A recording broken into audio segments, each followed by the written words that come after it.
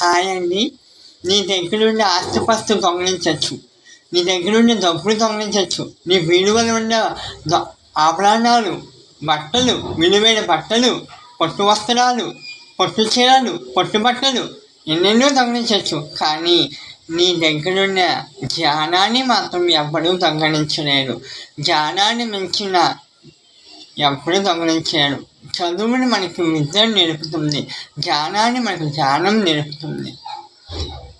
అందుకే మనం చదువుని ఎప్పుడూ గౌరవించాలి. జ్ఞానం మనకి ఎప్పుడు సరస్వతీదేవి మనకి ఎప్పుడు వెంటాడే ఉంటుంది. ఆ చదువు తల్లి సరస్వతీదేవి కటాక్షం అందరికీ ఉండాలని మనస్ఫూర్తిగా కోరుకుంటున్నాను. సర్వే జన సుఖినో భవంతు. ఓం శాంతి శాంతి శాంతి. ఏమంటారు? అంతే కదా? Yes or no?